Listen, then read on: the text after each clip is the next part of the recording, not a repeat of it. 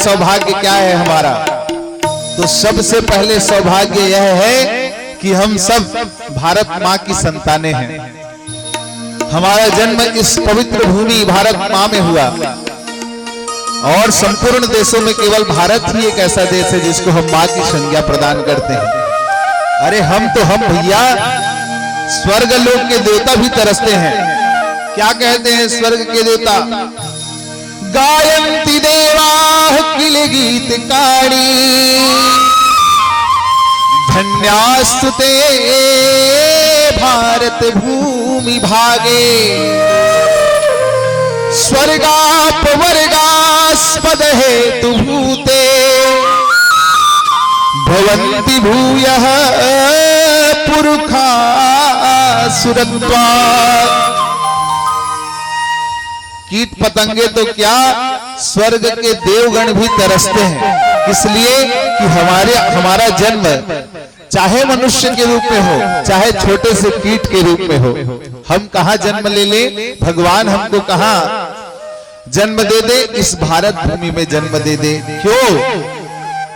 क्यों जन्म दे दे? क्योंकि जो साधन का धाम कहा गया यह शरीर कहा गया, और जिस मार्ग पर हम चल करके मुक्ति को प्राप्त कर सकते हैं, मोक्ष को प्राप्त कर सकते हैं, वह केवल इसी भूमि में ही संभव है।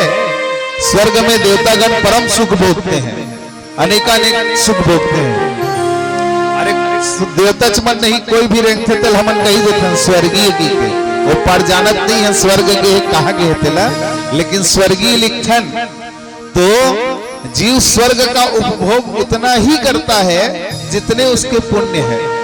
स्वर्ग की भी कैटेगरी है, स्वर्ग की अलग अलग कैटेगरी है। जैसे होटल होते तो होटल है 3 स्टार 5 स्टार 7 स्टार 10 स्टार, ऐसे होटल के कैटेगरी है। जब तक कैटेगरी ऊपर चढ़त जहू मूल्य ज्यादा चुकाए लगते, सुख सुविधा उतनी ज्यादा प्राप्त होती। तो वैसे ही स्वर्ग की भी कैटेगरी है भैया। तो स्वर्ग में माना हो यहाँ के जीव जितना पुण्य किया रहेगा उस आधार पर, उन कर्मों के आधार पर उसको स्वर्ग की प्राप्ति होगी। और कब तक होगी? जितने उसके पुण्य रहेंगे तब तक। पुण्य इधर खत्म हुआ, आपका पैसा खत्म हुआ, होटल से आपको बाहर निकाल दिया जाएगा। ठीक यही सुविधा स्वर्ग में भी है। लेकिन जो मुक्त हो गया, जो भगवान सदा शिव के चरणों को प्राप्त हो गया, जो कैलाशवासी हो गया भगवान शिव के साथ, उसको फिर वो समस्त सुख अनंत काल तक मिलते रहते हैं जब तक भगवान शिव जी की आयु है। और भगवान शिव जी की आयु कितनी है वो काल के गणना बाद में बताऊं, बहुत लंबा हो जाइए। एक दिन की आयु ब्रह्मा जी के एक जन्म की आयु के बराबर शिव जी का एक दिन होता है। और ब्रह्मा जी आयु कद का होते तेला जान हो तुमन थर्राज हो। एक तो एक कलयुग है जेखर आयु 4,32,000 सबसे छोटे हरे कलयुग है। इसके बाद सबसे पहले हमारा सौभाग्य यह है कि हम भारत भूमि में जन्म लिए, और भारत भूमि में जन्म लेकर के भगवान की भक्ति से हम जुड़े हैं, ये परम सौभाग्य है। और भैया क्या सौभाग्य, आज के दिन देखो, ये वही दिन है चैत्र मास शुक्ल पक्ष प्रतिपदा तिथि। आज ही के दिन से तृतीय दिवस की कथा में आप सभी श्रवण करेंगे सृष्टि वर्णन ब्रह्मा जी का। ब्रह्मा जी ने भूत भावन भगवान भोलेनाथ के आदेश को पाकर कैसे इस समस्त संसार की रचना करी। तो ब्रह्मा जी ने सबसे पहले सतयुग को बनाया।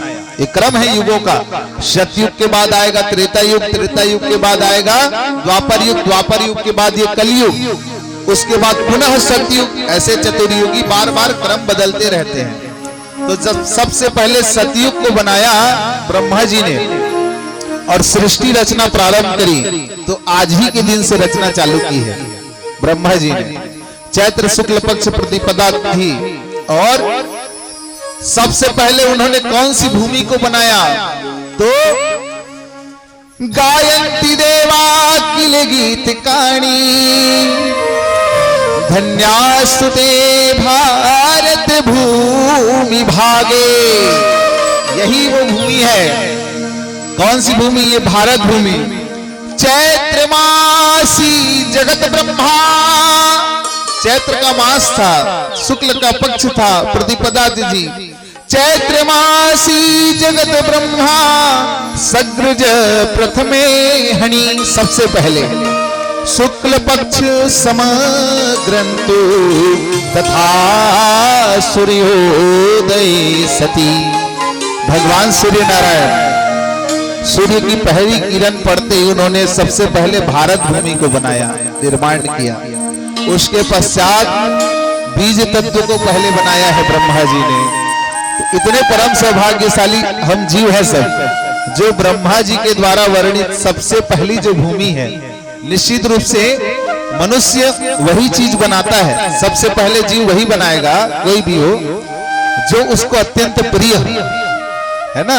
अब बाद में बनते मन है, या तो मजबूरी में बनी या आवश्यकतावश बनी, लेकिन शुरू में कोई काम करबे न तो बहुत मन लगा जीव करते। तो ब्रह्मा जी ने भी बहुत मन लगा करके इस भारत भूमि को पहले बनाया, फिर समस्त पृथ्वी और इस संपूर्ण चराचर जगत का निर्माण कब से प्रारंभ किया है।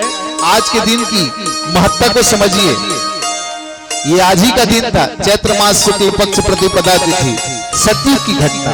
फिर त्रेता युग में क्या हुआ, आज ही के दिन कौन राजा बने, भगवान श्री रामचंद्र जी। श्री रामचंद्र जी जब वन के नरों के साथ, वन के नर कौन है, वानर, वानरों के साथ मिल करके राक्षस राज रावण का वध करके जब अपने अवध वापस आए, तो आज ही के दिन उनका राज्याभिषेक हुआ था। राज्याभिषेक हुआ, इतनी बड़ी घटना घटी। उसके बाद 14,000 वर्षों तक भगवान राघवेंद्र सरकार जी यहाँ ऐसा राज किए हैं, ऐसा राज्य किए भगवान राघवेंद्र सरकार जी कि उनके राज्य की कल्पना आज तक सब करते हैं। सब यही कहते हैं ना, हम राम राज्य लाएंगे, राम राज्य लाएंगे। तो निश्चित रूप से उनका राज्य इतना अच्छा रहा कि उसका कॉपी करना चाहता है आज का मनुष्य। संभव नहीं है भगवान के जैसा राज्य कर पाना, कभी संभव नहीं है। जब इस बात की चर्चा हो रही थी, भगवान राम जी के शासन में सब बहुत सुखी हैं, तब एक दिन भगवान भरत जी कहने लगे राघवेंद्र सरकार जी से, प्रभु मेरा भी राज्य ऐसा ही था। जब मैंने पादुका, आपकी पादुका को चरण में बिठाया था, जब मैं कर रहा था यहाँ की देखभाल, तब भी मेरे समय में भी किसी ने प्राण नहीं त्यागे थे इस धरा पर। इस भूमि में आपकी अनुपस्थिति में किसी ने प्राण नहीं त्यागे। तब भगवान कहने लगे त्यागे हैं, एक जन त्यागे हैं। कौन है, हमारे पिताजी दशरथ महाराज जी का प्राण त्याग हुआ था। तब कहा उन्होंने, भरत जी ने चरण पकड़ लिया प्रभु के, प्रभु उस समय राजा मैं नहीं था, उस समय राजा कौन थे, स्वयं महाराज दशरथ ही राज्य कर रहे थे, उनका ही राज्य था। तो उस समय भी मैं राजा नहीं था, मेरे राजा, मुझे जब आपने इस राज्य की जिम्मेदारी सौंपी, उसके पश्चात यहाँ कोई नहीं मरा है। इस बात को 14 वर्ष बाद जब भगवान आए तब बतलाने लगे। तो उनका राज्याभिषेक भी आज ही के दिन हुआ था। ये हुआ त्रेता युग की प्रमुख घटना। द्वापर युग में कौरवों का नाश करके युधिष्ठिर महाराज जी ने जब राजसी यज्ञ कराया, तो राजसी यज्ञ के पश्चात आज ही के दिन से युधिष्ठिर संवत चालू हुआ था। और कलयुग की घटना तो आप जानते ही हैं, विक्रम संवत जो चल रहा है अभी, ये विक्रम संवत का प्रारंभ भी आज ही के दिन से हुआ है, महाराजा विक्रमादित्य के द्वारा। 9 महान विद्वान उनकी सभा में विराजते थे, उनके द्वारा यह निर्णय लिया गया और आज से ये विक्रम संवत प्रारंभ होगा, ये घोषणा हुई उस दिन से। और आज है 2081 विक्रम संवत, जिसको हम सब मना रहे हैं दिव्य नववर्ष। यह नववर्ष आने वाला समय आप सबके जीवन में परम मंगलमय हो। भगवान की सेवा में आप लगे हैं, भगवान के पंडाल में लगे हैं। यत कल्पद्रुम फलम सम्यग एतद शिव पुराण वच्चा। क्या ये जो पंडाल होता है, इसको शिव महापुराण में कहा गया ये कल्पद्रुम फल है। कल्पद्रुम अर्थात कल्प वृक्ष, कल्प वृक्ष कहा गया इस स्थान को। और इसके साथ क्या मिलाना है? शंभोर्नाम संकीर्तनम यस्य एतद्या कल्पद्रुम फला। केवल भगवान की कथा ही नहीं सुननी है, साथ में क्या करना है? ताली बजा करके भगवान शंभु के नाम का संकीर्तन करना है। तो ये दोनों जब मिल जाता है तो ये हो जाता है कल्प वृक्ष के समान। फिर वहां रह करके आप जो भी कल्पना करें भगवान सब कुछ पूर्ण करते हैं। सत्संग की भी यही परंपरा है। सत्संग करने के पूर्व भगवान का नाम संकीर्तन किया जाता है। क्यों? नाम संकीर्तनम यस्य सर्व पाप प्रणाशनम प्रणामो दुख समनस्तम नमामि हरिम परम। हमारे जितने पाप हैं उसको भगवान के नाम का संकीर्तन इस शरीर से दूर कर देता है। कहां से दूर? शरीर से नहीं भैया, मन से दूर कर देता है। भगवान का हम जितना नाम लेंगे इस मन से जितने भी षड विकार हैं वो दूर भगते जाते हैं। इसलिए भगवान के नाम का संकीर्तन का महत्व बताया, तभी जीवन में भक्ति का प्रादुर्भाव होता है। और आज से तो शक्ति का पर्व भी प्रारंभ हो रहा है। आइए बड़े प्रेम भाव से हम सब मिल करके भगवान शिव के दिव्य नाम का संकीर्तन कर ले। तत्पश्चात संक्षिप्त में आप सभी भगवान शिव महापुराण की महात्मा कथा श्रवण करेंगे।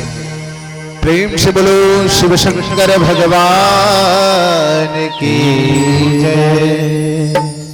हर हर शंभो नमः शिवाय नमः शिवाय नमः शिवाय नमः शिवाय नमः शिवाय।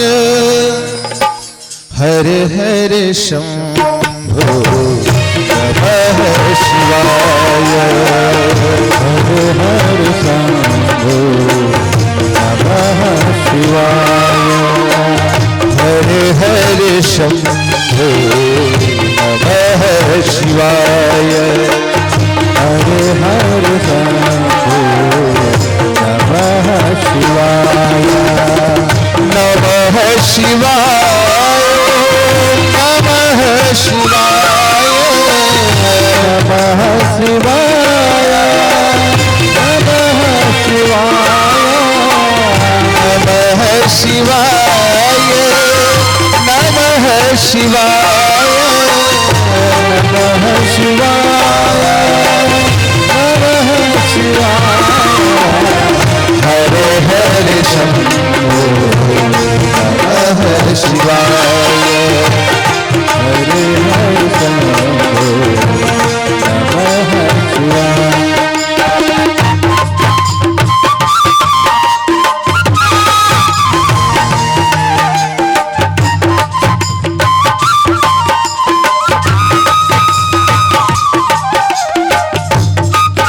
हाथों से ताली बजा करके भगवान का नाम संकीर्तन करें।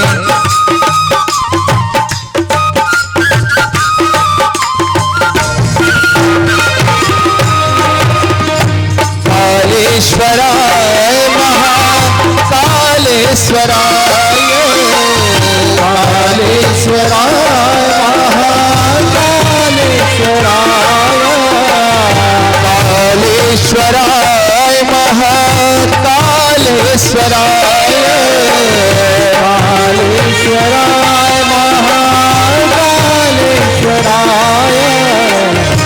कालेश्वराय महाकालेश्वराय कालेश्वराय महाकालेश्वराय महाकालेश्वराय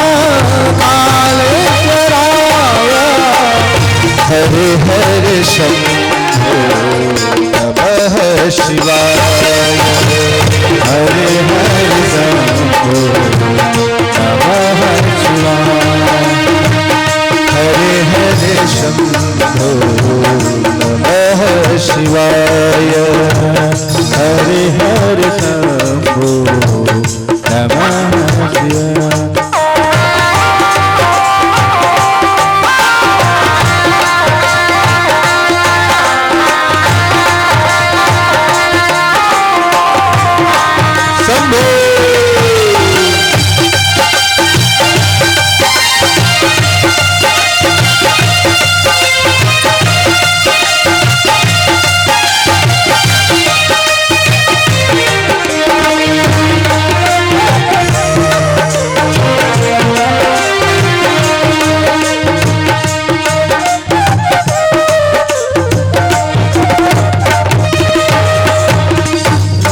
नागेश्वराय शिव नागेश्वराय नागेश्वराय शिव नागेश्वराय नागेश्वराय शिव नागेश्वराय नागेश्वराय शिव नागेश्वराय नागेश्वराय शिव नागेश्वराय नागेश्वराय शिव नागेश्वराय हर हर शंभो नमः शिवाय हर हर शंभो नमः शिवाय हर हर शंभो नमः शिवाय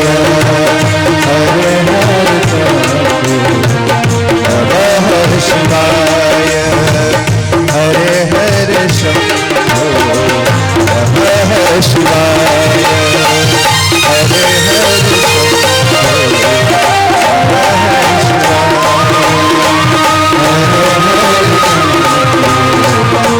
शिवाय हर हर प्रेम से बोलो शिव शंकर भगवान। तो भगवान शिव जिनकी पुराण जिनके चरित्रों को हम सब श्रवण करने वाले हैं, ये शिव है कौन? करुणा के अवतार हैं। पंच देवों में प्रधान देव हैं और पांचों देवों की अलग अलग प्रधानता है, जिसमें भगवान शिव की प्रधानता है करुणा। करुणा अर्थात दया। समस्त जीवों के ऊपर भगवान भोलेनाथ दया करते हैं, करुणा करते हैं। और शिव कौन है? अनादि सिद्ध परमेश्वर है। इनके पहले न कोई हुआ, न इनके बाद कोई होगा। वेदः शिवः शिवो वेदः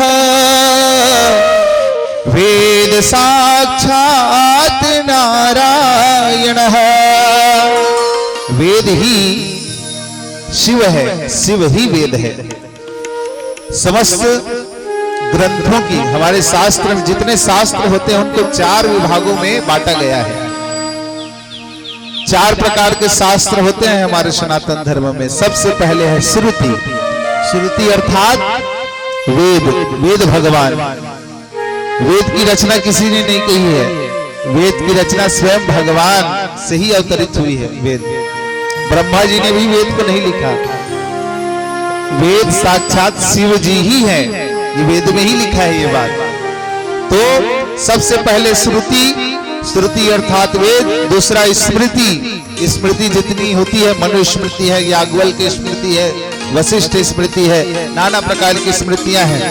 और तीसरे नंबर का शास्त्र होता है इतिहास। इतिहास में दो ग्रंथ आते हैं, एक तो रामायण और एक महाभारत। इसमें भगवान के इतिहास का वर्णन किया गया। ये वेद से भी परे हैं और स्मृतियों से भी परे हैं, लेकिन इन सब का, वेदों का, स्मृतियों का निचोड़ इन दोनों में आपको मिल जाएगा, श्री रामचरितमानस में। और इसके बाद है चौथे नंबर पे पुराण। और पुराण कितने हैं? 18 हैं। 18 में चौथे नंबर का पुराण यह शिव महापुराण है। शिव का अर्थ ही कल्याण होता है, शिव का अर्थ ही कल्याण प्रदाता है। और भगवान शिव स्वयं भू है, स्वयं से जिनका जन्म हुआ। ब्रह्मा जी का जन्म तो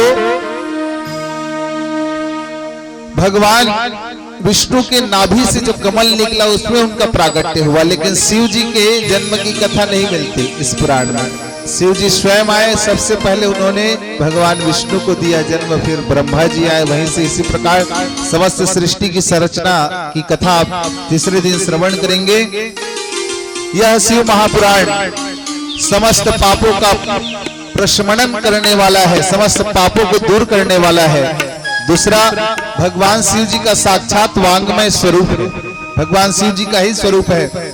ज्ञान, वैराग्य, भक्ति ये तो प्रदान करता ही है, ये चतुष्फल प्रदान करने वाला ग्रंथ है। चतुष्फल अर्थ, धर्म, काम और मोक्ष सब कुछ प्रदान करने वाला। प्रथम अध्याय की कथा हम प्रारंभ करते हैं। सौनक ऋषि अपने 88,000 शिष्यों के साथ बैठे हुए हैं दिव्य क्षेत्र प्रयाग क्षेत्र में। और उसी समय किनका आना हुआ वहां उस यज्ञ नारायण में यज्ञ चल रहा था। उसी यज्ञ के बीच में कौन आए? श्री सूत जी महाराज, जो वेदव्यास जी के शिष्य हैं। जितने पुराण की आप कथा श्रवण कर लो, सभी पुराणों में श्री सूत जी महाराज ने ही कहा है कथा को। सूतवाच, सूतवाच इसलिए लिखा रहता है, सूत जी को ये समस्त पुराणों की कथा सुनाने वाले स्वयं वेदव्यास जी थे। वेदव्यास जी ने लिखा है, सूत जी महाराज ने कहा है। किनको कहा? सौनक आदि 88,000 ऋषिगणों को। तो सौनक आदि 88,000 ऋषिगणों के समीप जब सूत जी महाराज आए, तब सभी ऋषिगण, सभी ब्राह्मणगण खड़े हो गए। खड़े होकर के पहले सबने दंडवत प्रणाम किया। हे सूत महाप्राज्ञ सर्वसिद्धांत वित्त प्रभो, आख्याहि में कथा सारम पुराणानाम विशेषतः। हे सूत जी महाराज, आप बड़े कृपालु हैं, बड़े दयालु हैं, तभी हमारे बीच आकर के आपने हमको दर्शन दिया। और आपका दर्शन देना बिना कारण के तो नहीं हो सकता। जरूर हम सबका कल्याण करने के लिए आप यहाँ पर आए हैं, तो निश्चित रूप से हमको बताइए। आगे कलयुग की बड़ी भयंकर वर्णन किया गया है कि कलयुग में कैसे कैसे दृश्य दर्शित होंगे, इसको सब वेदव्यास जी ने लिखा है। और वो सभी दृश्य आज हमको परिलक्षित हो रहे हैं। कलयुग की महिमा, कैसे कैसे कलयुग में पाप बढ़ेंगे, कितना भयंकर भयंकर पाप होगा, उन सब का वर्णन यहाँ पर श्री सूत जी महाराज के सामने शौनक आदि ऋषिगणों ने कहा। और पूछा कि इन सभी पापों के रहते हुए भी जीव का कल्याण कैसे हो, इसके लिए कोई उपाय बताइए, कथा सार बताइए। जितने पुराण आपने लिखे हैं और जो पुराण आप लिखेंगे, उन सब का सार क्या है, इसको बताइए। सूत जी महाराज बोले, धन्यस्त्वं मुनि साधुर्ल श्रवण प्रीति लालसः, अतो विचार सुधिया वच्मि शास्त्रं महोत्तमम्। बड़े धन्य भाग हैं आप सभी सौनक आदि महाराज, बड़े धन्य भाग हो कि आप लोग सब कथा श्रवण के लिए लोलुप हो। उत्कट इच्छा है आपके हृदय में। परम सौभाग्यशाली आप सभी 7 जोड़े भी यहाँ बैठे हैं। कई ठन गांव में भागवत में जाता ना पड़ दुरिया दुरिया ना, तब परीक्षित लग हलो रोजी दे के रखे लगते। ऐसे स्थिति भी रहते भैया कई ठन गांव में, ये भाव, ये स्थिति आ जाती है। कोई 7 दिन तक बैठ करके कथा सुनने के लिए ही राजी नहीं है। अब तुम वहां जबरदस्ती किसी को यजमान बना भी दिए तो ना तो उसका कल्याण है ना आपका कल्याण है। और कथा श्रवण कराने वाला तो कराएगा ही। कई जगह जब जाते हैं और ये बात पता चलती है तो बड़ी विडंबना लगती है, कैसा समय आ गया है। आप सबकी उपस्थिति बड़ी प्रार्थनीय भैया, बहुत हृदय से हमको प्रसन्नता हो रहा है। इतनी रात्रि हो चुकी है फिर भी आप लोग इतने लोग यहाँ विराजमान हैं, बहुत प्रसन्नता का विषय है। और सबसे आनंद का विषय तो यही है कि यहाँ 7 जोड़े बैठे हैं। 7 दिवस की कथा है, सप्ताह ज्ञान यज्ञ है, और इसके लिए 7 जोड़े यहाँ मुख्य यजमान के रूप में। तो उसी प्रकार सूत जी महाराज ने कहा, बड़े धन्य भाग हैं आप सभी जो भगवान की कथा सुनने के लिए इतने लोलुप दिखते हैं। सबसे पहले मैं कहता हूँ भगवान शिव के चरित्र को। ये शिव महापुराण ही है जो समस्त पुराणों का सार है, कथा का सार है। इसका प्रणयन किसने किया? तो प्रणयन स्वयं शंभु भगवान ने किया है।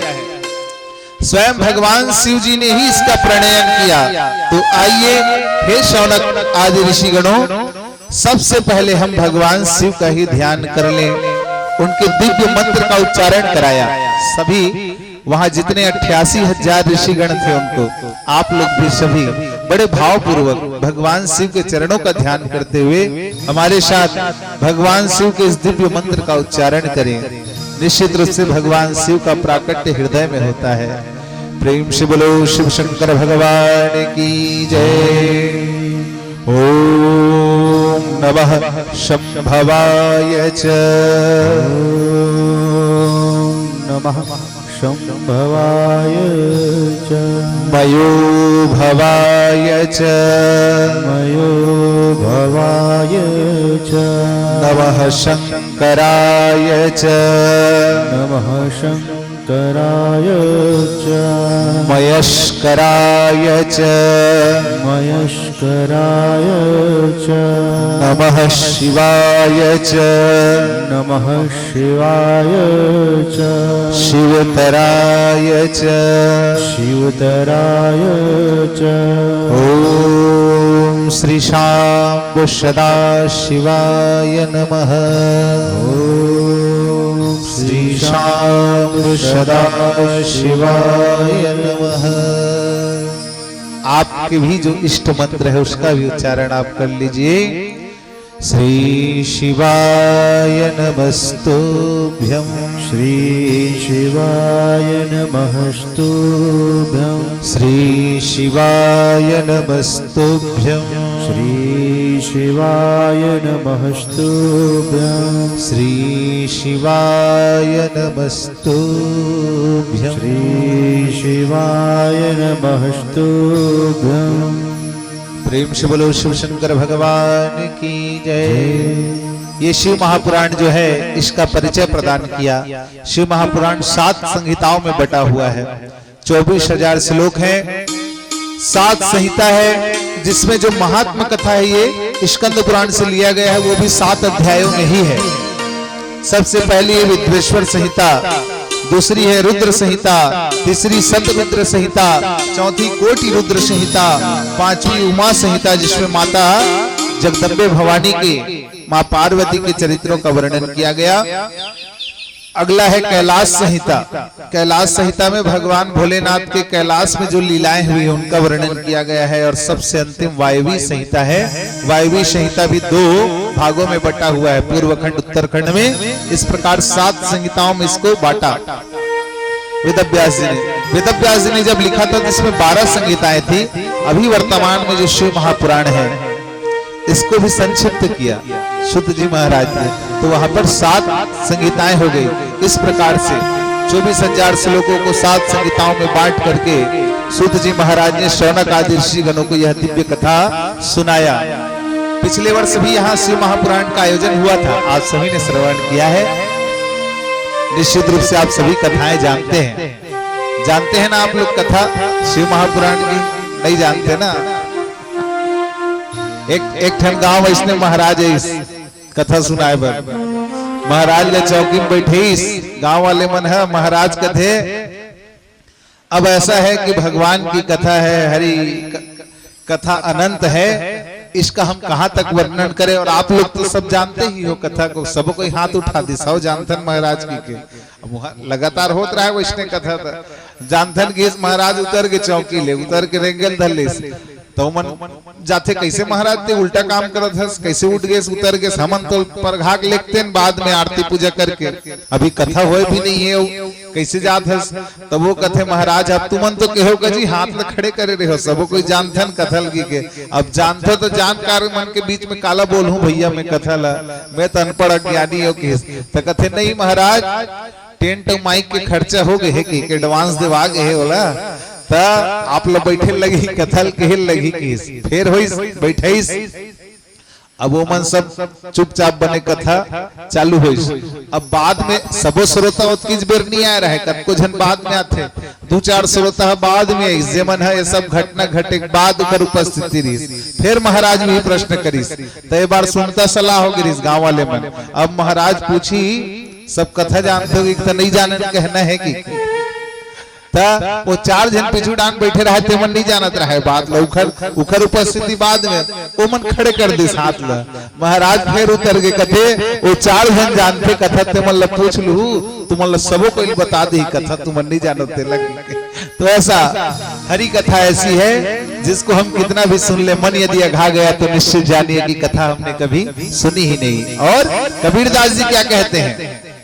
कबीरदास जी जितने संत हुए सबसे परम विद्वान संत माने जाते हैं कबीरदास जी। भक्ति में तो तुलसीदास जी की कोई शानी नहीं है, और जितना उपमा उपमेय की बात गोस्वामी तुलसीदास जी ने किया है उस विद्वता को तो कोई भी कभी आज तक पीछे नहीं कर सकता, संभव भी नहीं है। लेकिन ज्ञान में कबीरदास जी की महत्ता कहीं ऊपर है। सर्वज्ञानी कबीरदास जी को माना जाता है। उन्होंने कहा कबीरा कुआं एक है बनिहारी ने अनेक, बर्तन सब न्यारे भये पानी सब में एक। पानी तो वही है, जल तत्व एक ही है, लेकिन पात्र वो पनिहारी कैसा पात्र लेकर के जा रही है, उस आधार पर उसको जल मिलेगा। जल वही मिलेगा, लेकिन जल कितनी मात्रा में मिलेगा, मात्रा कितनी रहेगी और कैसी रहेगी, ये उसके ऊपर निर्भर करता है, पनिहारी के ऊपर। तो इसी प्रकार वक्ता भी अनेक है और श्रोता भी अनेक है, लेकिन श्रोता का स्वभाव सबसे पहले लिखा संत ने, श्रोता ऐसा चाहिए जैसे सूप सुहाए, सारे सारे को गही रहे थोथा दिए उड़ाए। जैसे सुपक स्वभाव होते, सार ग्रहण कर लेते, थोथल उड़ा देते, भूसल उड़ा देते, उसमें श्रोतल होना चाहिए कि, है ना। मनुष्य है, व्यासपीठ पर बैठा कोई भी व्यक्ति हो, वो भी मनुष्य ही है। प्रत्येक बात ज्ञान की ही निकले, प्रत्येक बात धारण करने योग्य ही निकले, ऐसा आवश्यक नहीं है। कुछ उस चरित्र से हटकर भी बातें हो सकती है, लेकिन श्रोता का स्वभाव होना चाहिए। इसीलिए गोस्वामी जी ने भी पहले श्रोता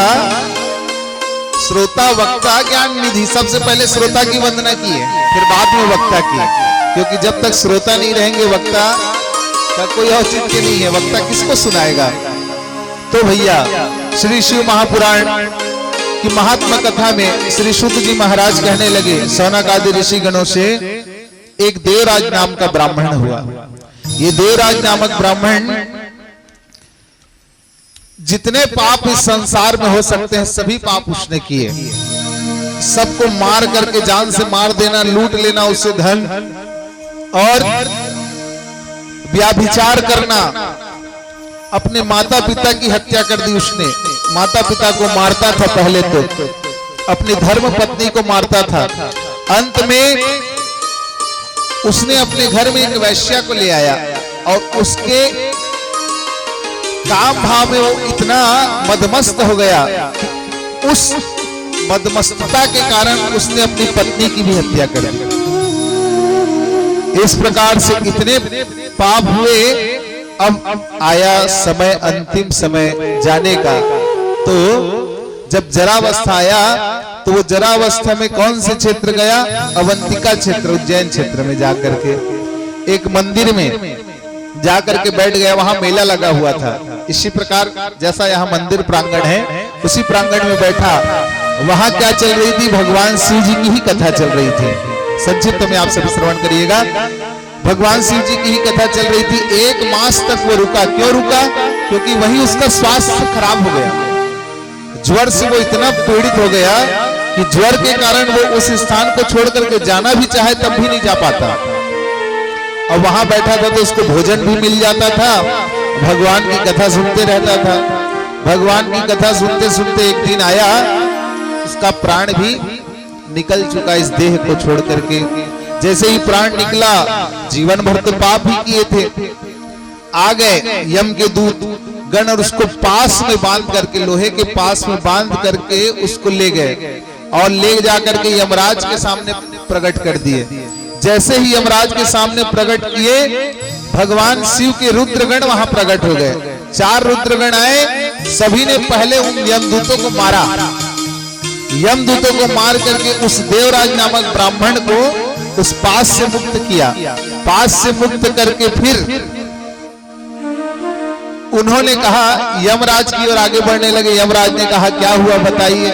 यमराज के प्रश्न को सुन करके रुद्रगण कहने लगे कि ये भगवान शिव का भक्त है। तुमने कैसे इतनी उद्दक चेष्टा की कि तुमने इसको अपने यहाँ ले आए? इस नरक में लाने की हिम्मत कैसे हुई यमदूतों की? तब सब आश्चर्य में पड़ गए। ये तो जीवन भर का पापी है, इतने पाप किए हैं, इसके पापों की गणना करने में हम असमर्थ हैं। चित्रगुप्त जी कह रहे हैं, तब उन्होंने कहा रुद्रगण ने, इसने चाहे कितने भी पाप किए हो, लेकिन अंत समय में मरने के समय इसने भगवान शिव के नाम को गाया है और भगवान शिव महापुराण की कथा इसने श्रवण करी है, इस कारण से यहाँ रहने योग्य नहीं है। ये भगवान शिव के लोक कैलाश को प्राप्त करेगा, जहाँ नित्य निवास है भगवान का, उस स्थान पर जाएगा। यह कह करके रुद्रगण उस जीव को, उस देवराज को लेकर के भगवान के चरण में ले गए। यमराज ने समझाया फिर यमदूतों को, जो जीव भगवान शिव के पुराण की चर्चा सुनता है, कहता है, करता है, यद्यपि ये सब कर्म भी ना हो रहे हो, तो जो इस शिव महापुराण की पूजन मात्र कर लेता है, उसको भी कभी यम के दूत आकर के दर्शन नहीं देंगे। जीव अंत समय में जब घबराता है तो घबराता इसीलिए ही है क्योंकि उस समय यम के दूत खड़े रहते हैं, जो केवल उसी को दर्शन होते हैं, उसी को दिखते हैं। और उस समय ही नहीं, यम के दूत उसको उस समय बांध करके ले जाते हैं, फिर छोड़ देते हैं नीचे।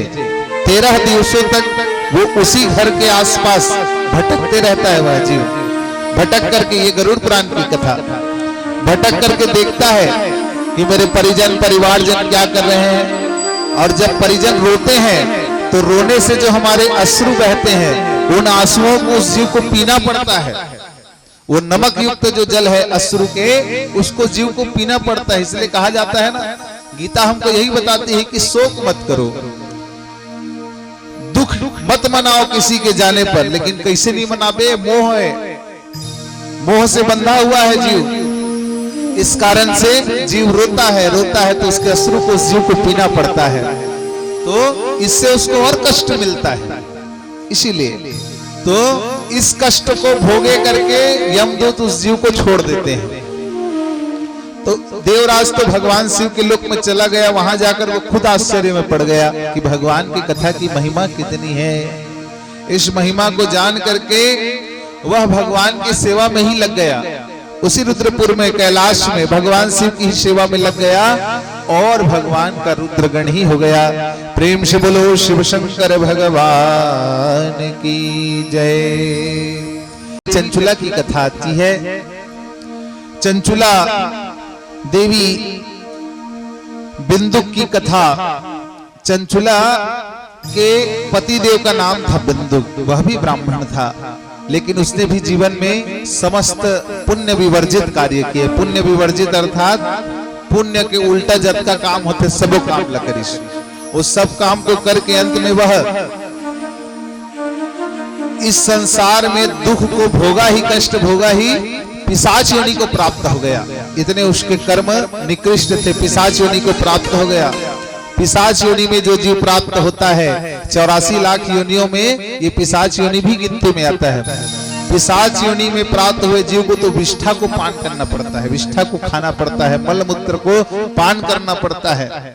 ये स्थिति आ जाती है।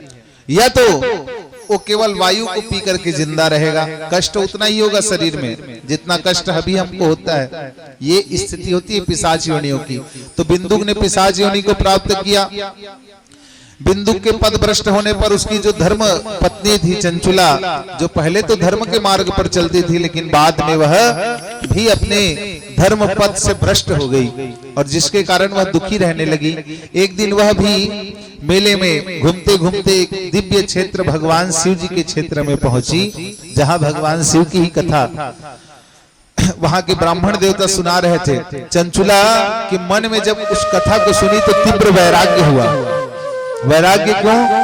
इस शिव महापुराण में नरकों का वर्णन किया गया है। नरक 28 प्रकार के जो महानरक हैं उसका वर्णन किया गया है कि कौन कौन से पाप करोगे तो कौन कौन सा नरक हमको भोगना पड़ता है और उन नरकों में किस प्रकार के कष्ट हमको दिए जाते हैं, सबका वर्णन है।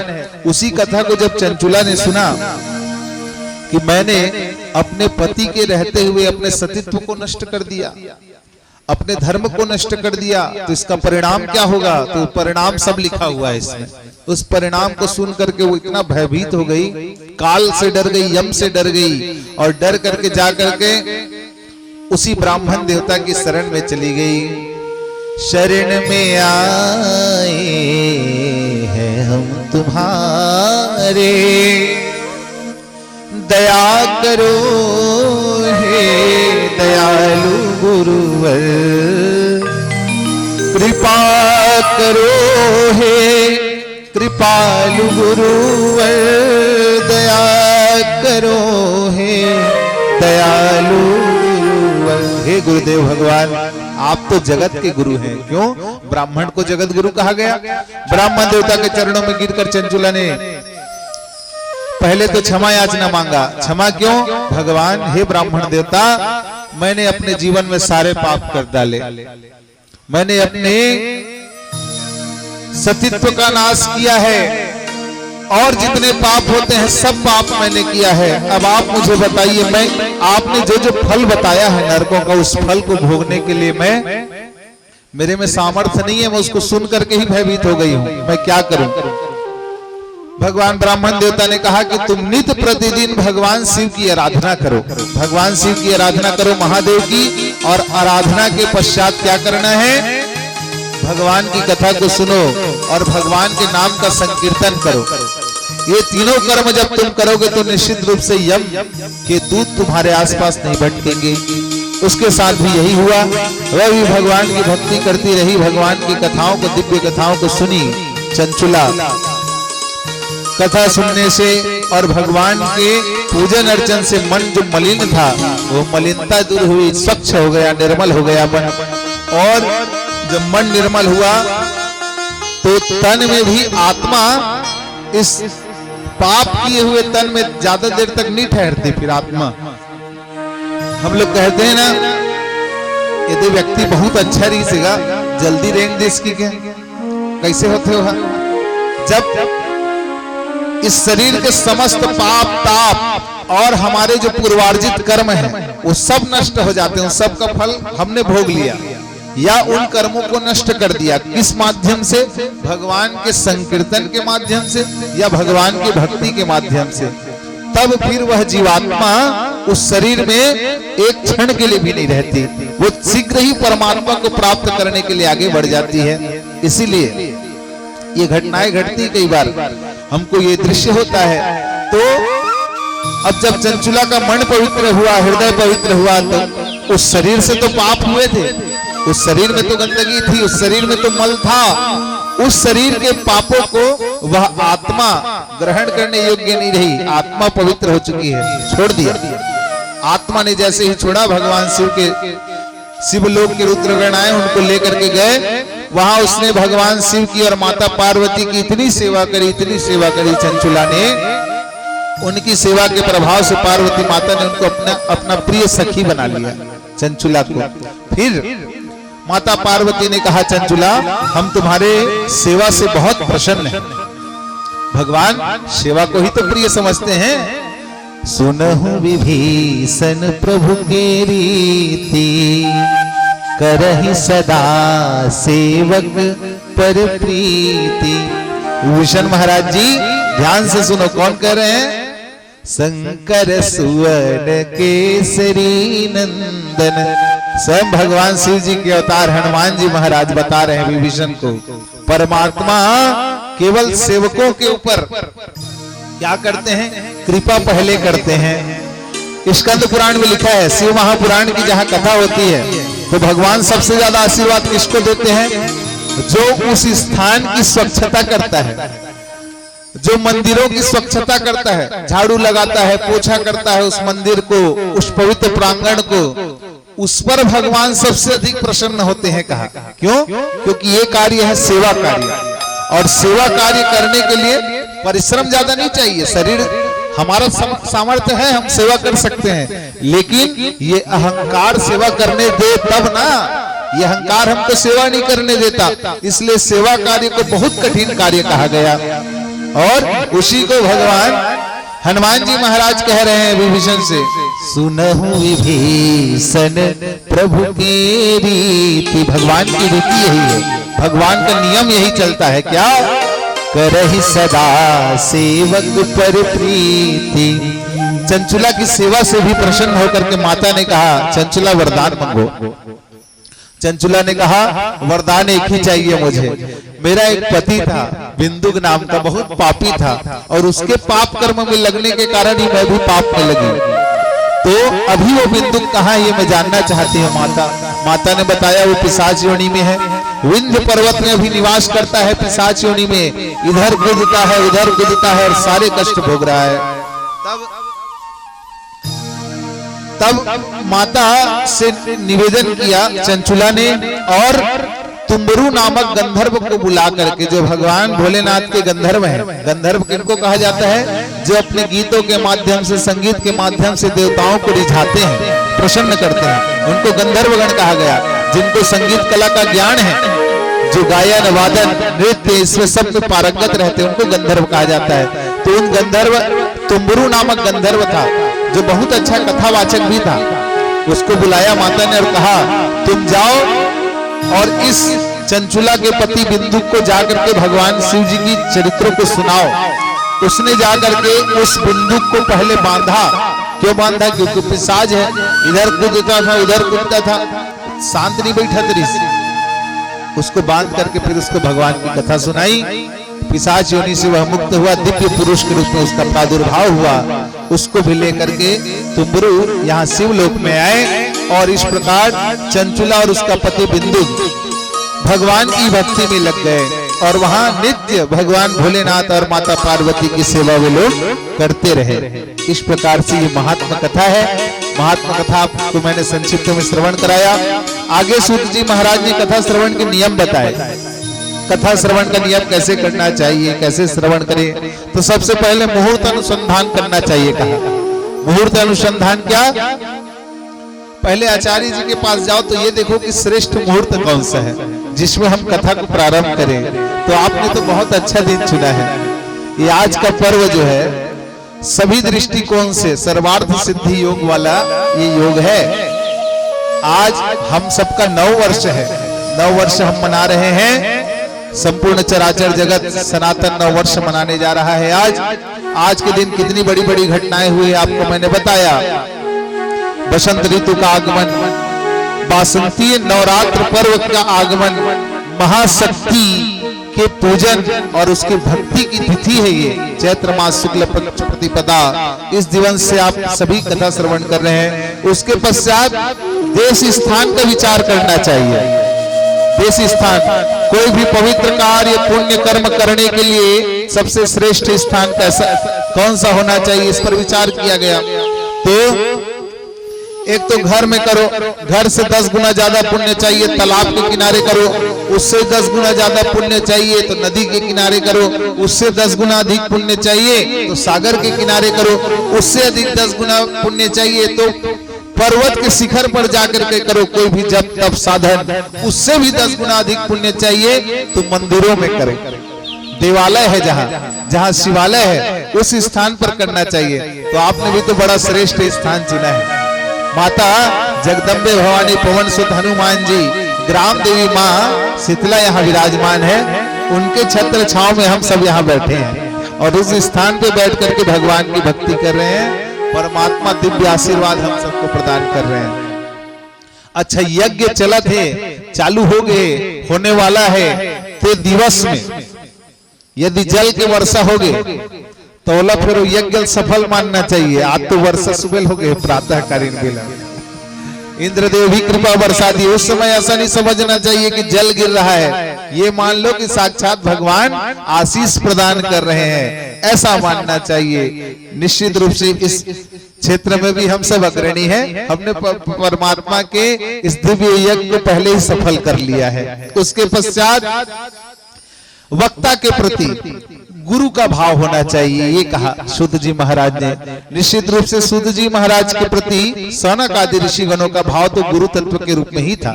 गुरु के रूप में ही उनका दर्शन किया, क्योंकि जब तक हम उनको गुरु रूप में स्वीकार नहीं करेंगे, उनके द्वारा दिया गया ज्ञान हमारे हृदय में उतरेगा नहीं, हमारे हृदय में उतरेगा नहीं। इसलिए उसके गुरु तत्व का भाव उनके प्रति रखें। और भगवान गणपति की पूजन आवश्यक है, कहा।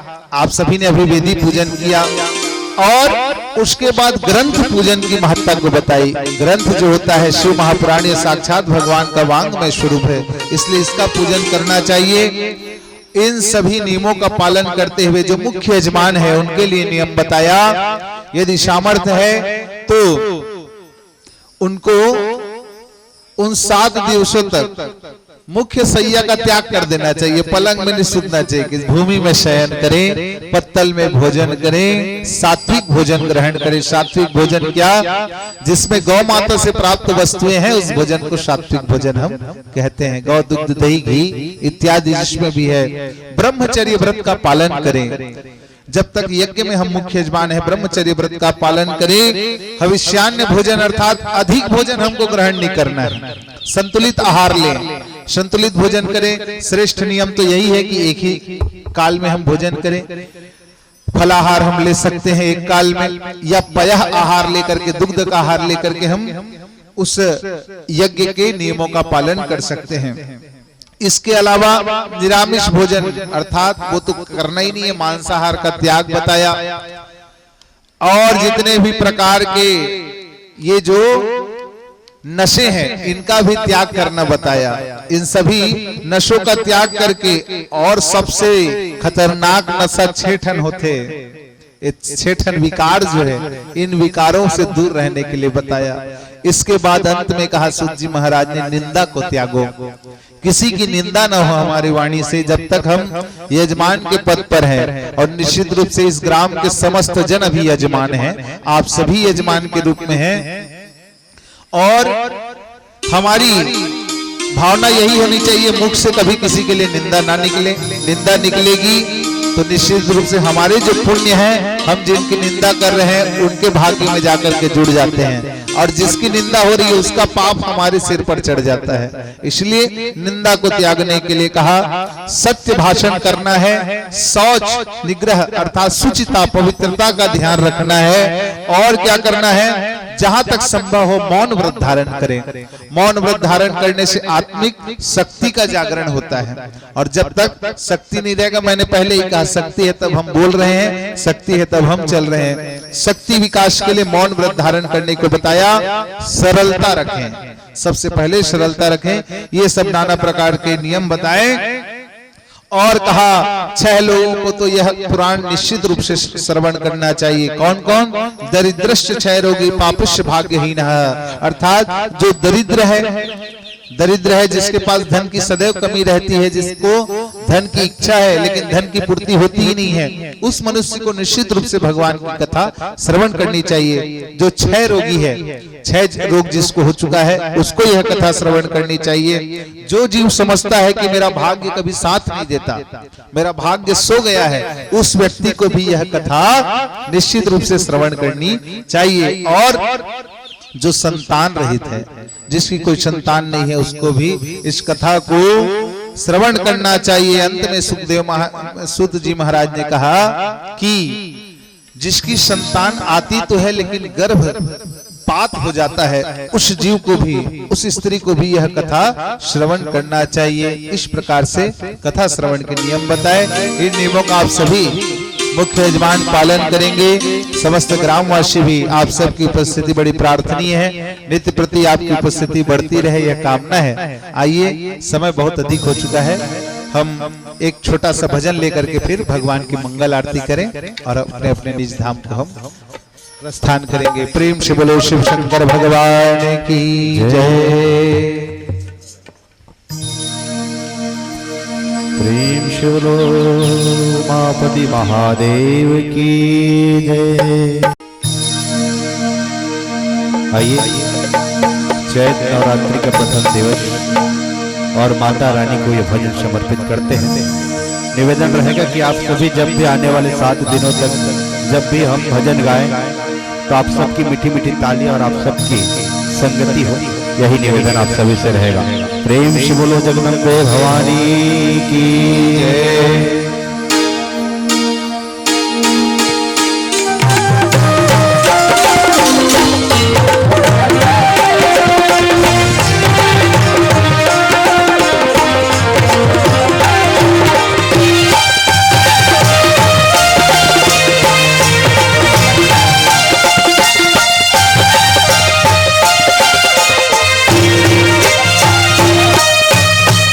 आरु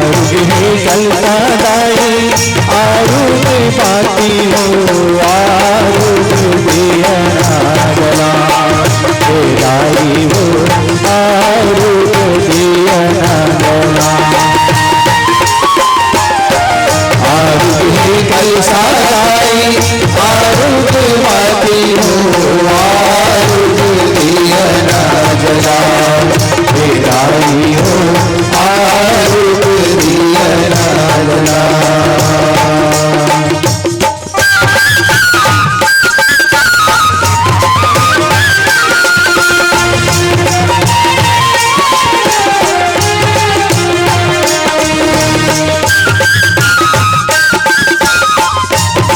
जगदम्बे भवानी की जय। आरुगे गौमाई आमते पानाओ आरुगे फुलवाई रूपे मानाओ आरुगे गौमाई आमते पानाओ आरुगे फुलवाई रूपे मानाओ नरियारे जोड़ा लानो हरियारे दूरी हो आरुगे गोरखदाई नो भक्ति हो नरियारे जोड़ा लानो हरियारे दूरी हो आरुगे गोरखदाई नो भक्ति हो आरुगे चंदन लानो आरुगे बंधन हो आरुगे देवा दाई हो आरुगे वीरवा आरुगे कलसा गाई आरुगे बाती हो आरुगे दिया जला दाई हो आरुगे दिया जला।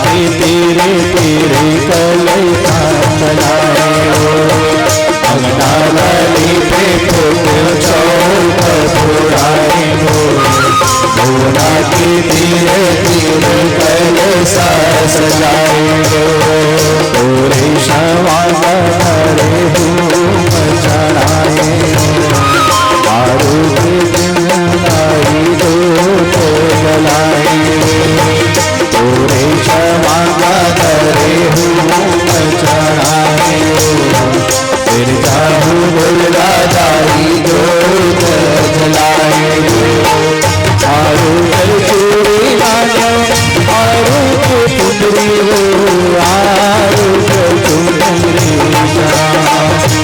गाई हो आरुगे चुंदरी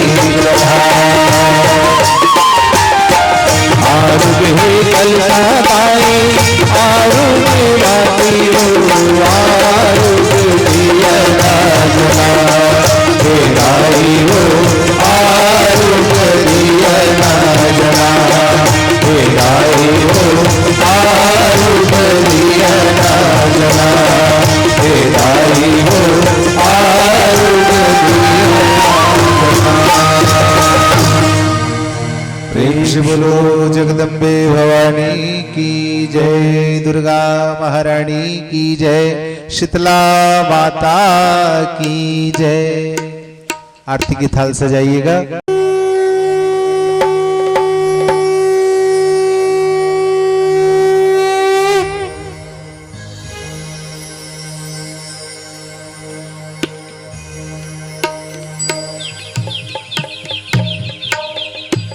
आगे आ जाइए, आगे आ जाइए। आरती का थाल लिए हो, सामने आ जाओ।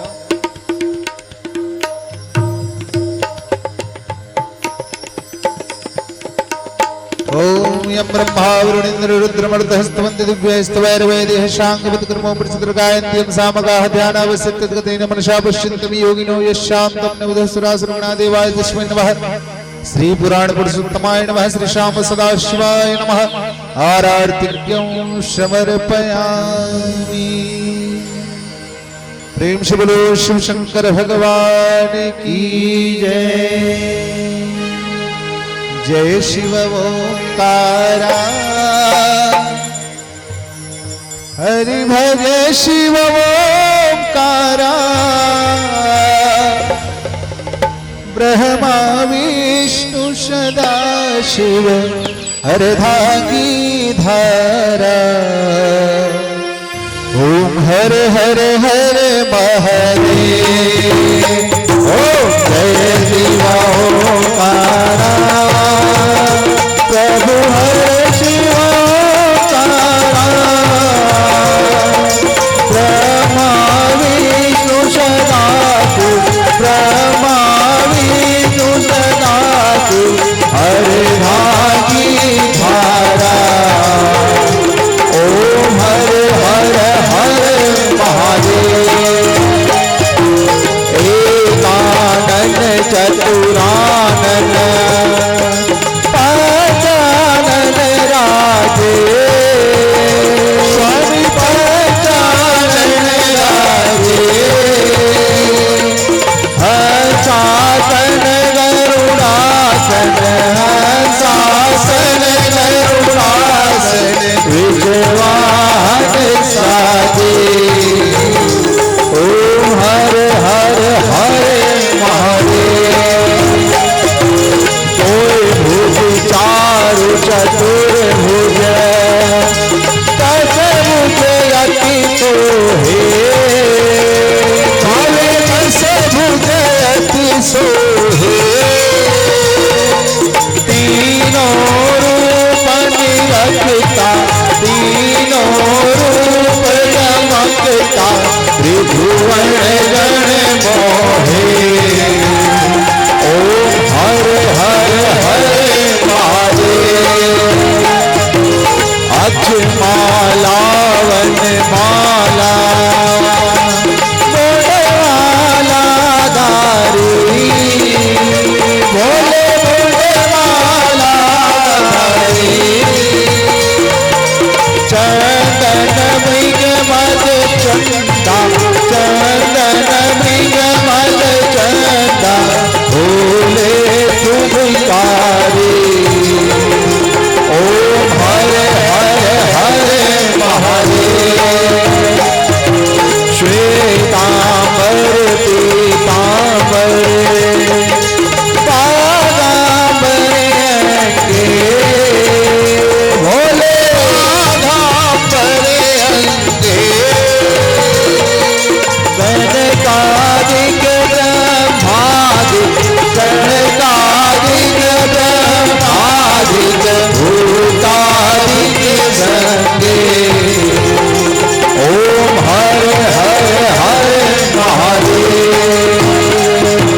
करके मध्य कमंडल चाक त्रिशूल धरता भोले त्रिशूल धरता सुख करता दुख हरता सुख करता दुख हरता सुख में शिव रहता। ओम हर हर हर महादेव। ब्रह्मा विष्णु सदा शिव जानत विवेका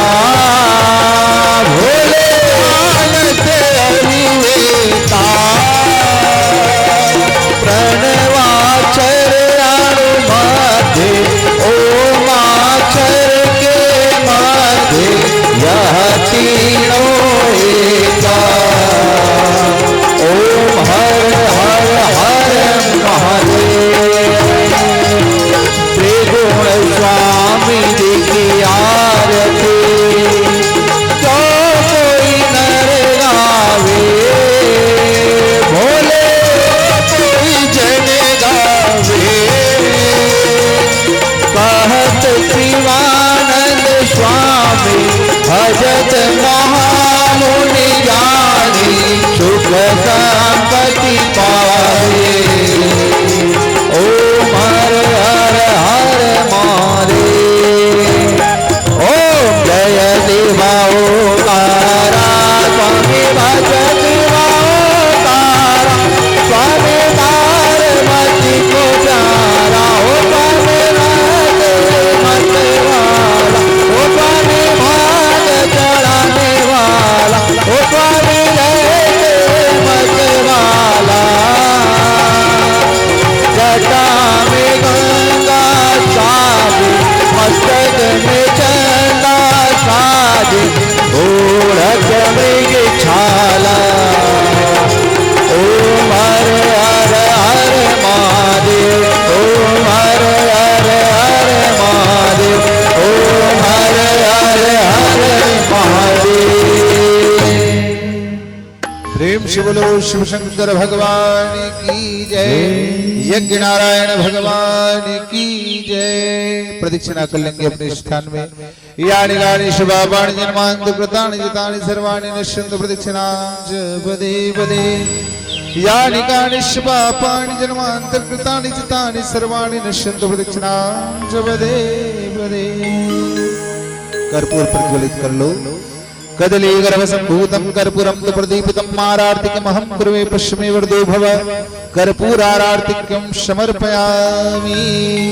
कर्पूर गौरं करुणावतारं संसारसारं भुजगेन्द्रहारं सदा वसन्तं हृदयारविन्दे भवं भवानी सहितं नमामि। त्वमेव माता च पिता त्वमेव त्वमेव बन्धु च सखा त्वमेव त्वमेव वेद्या द्रविणं त्वमेव त्वमेव सर्वं मम देवदेव।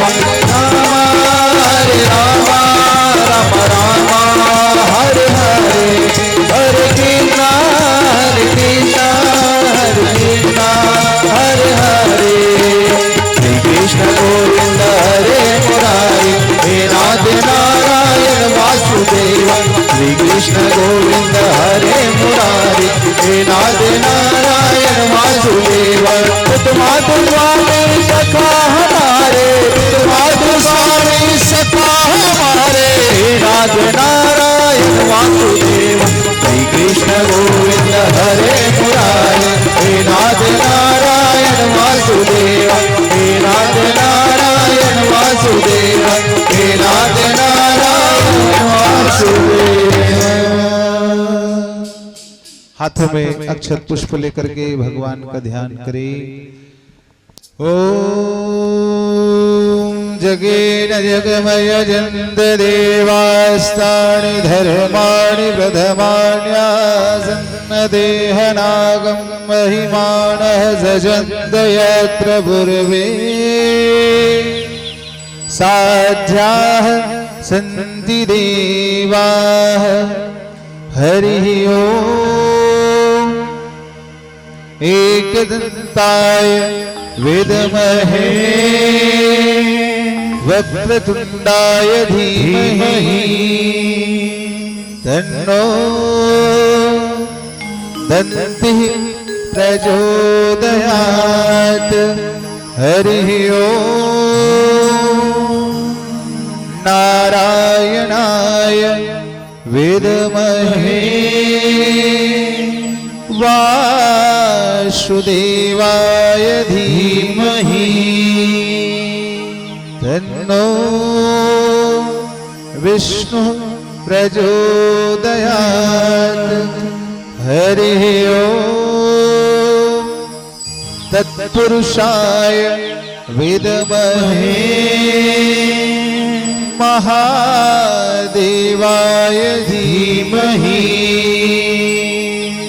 तन्नो रुद्रः प्रचोदयात्। मलिये दलानां लिगिले दले च मालां विशालां तुलसी दलेन सपुष्कराणां सुमनोहराणां मनोहराणाम मुपसर्पयामि पापोऽहं पापकर्माहं पापात्मा पाप संभव त्राहि मां पुंडरीकाक्षो सर्व पाप हरो भव। सब कुछ दिन हुआ आपने भेंट करूं क्या नाथ नमस्कार की भेंट दूं जोड़ के दो हाथ। मैं तो कछु जानो नहीं तुम जानो सरकार शरण आपकी आया हूँ पुष्प करो स्वीकार। नाना सुगंध पुष्पाणि यथा कालोद्भवानि च पुष्पाञ्जलिर्मया दत्तो गृहाणां शिव शंकर। अथ मंत्र पुष्पाञ्जलिर्समर्पयामि श्री श्याम सदा शिवाय नमः। प्रेम से बोलो शिव शंकर भगवान की जय। श्री यज्ञ नारायण भगवान की जय। श्री जगदम्बे भवानी की जय। पवन सुत हनुमान की जय। श्यावर रामचंद्र भगवान की जय। श्री राधा कृष्ण भगवान की जय। सब संतन की जय। सब विप्रण की जय। सब भक्तन की जय। सर्व ग्रामीण देवी देवताओं की जय। मात पिता गुरु गोविंद की जय। सत्य सनातन वैदिक धर्म की जय। भारतीय संस्कृति की जय। धर्म की जय हो। धर्म की जय हो। अधर्म का नाश हो। अधर्म का प्राणियों में प्राणियों में विश्व का कल्याण हो। विश्व का गौ माता की जय हो। ओम नमः पार्वती पतये हर हर महादेव।